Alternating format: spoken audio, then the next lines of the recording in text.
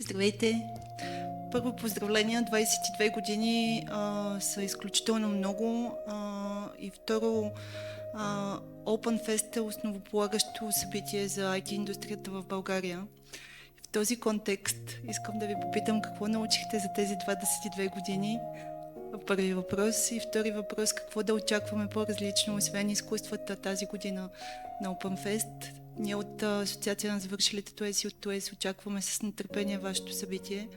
Пак казвам, за нас то е основополагащо за IT индустрията и е действително много полезно.